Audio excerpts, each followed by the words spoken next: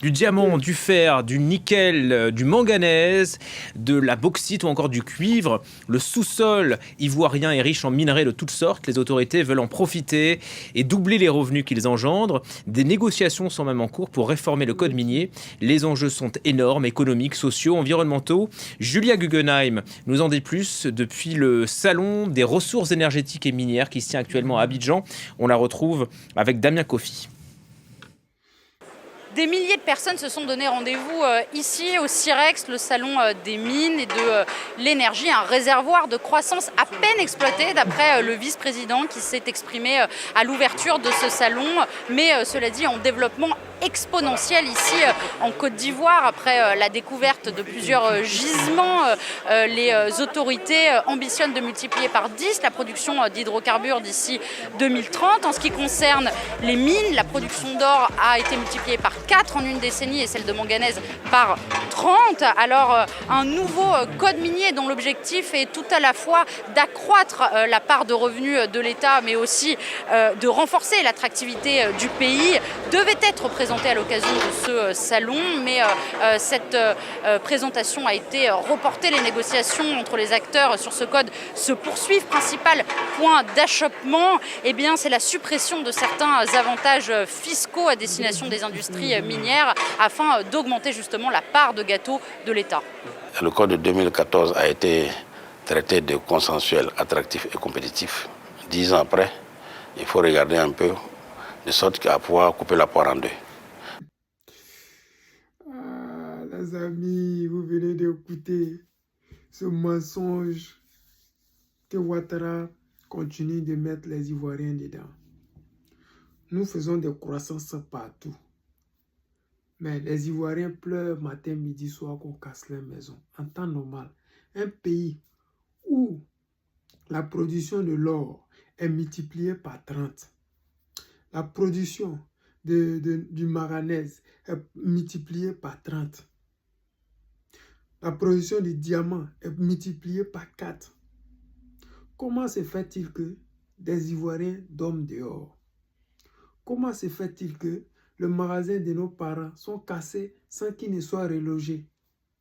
Comment se fait-il que nos petits frères, nos petites soeurs, quand ils quittent à l'école, ils ne savent pas où aller parce que leurs maisons sont cassées? Les amis, ce qu'ils font là, c'est pour les Occidentaux ou bien c'est pour les Ivoiriens? Parce que si c'est pour les Ivoiriens, je pense que dans cette salle-là, il n'y a pas d'Ivoiriens.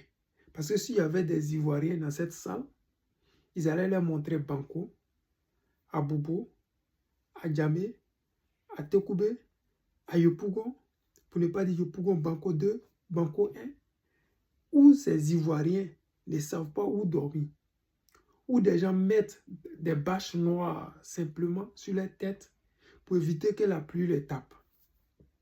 Ivoiriens, Ivoiriens, quand on dit que nous avons une croissance, je pense que ça doit se sentir sur la population. Quand les Qataris ont découvert le pétrole, la vie des Qataris a changé.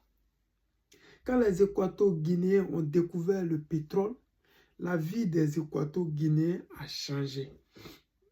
Mais comment se fait-il que nous, là, toutes nos productions sont multipliées par 4, par 30, par 20, par 10, par 16, mais la vie des Ivoiriens s'empire de jour en jour? Où va l'argent des Ivoiriens? Cette question-là, je pense que vous connaissez la réponse. Pourquoi je dis ça?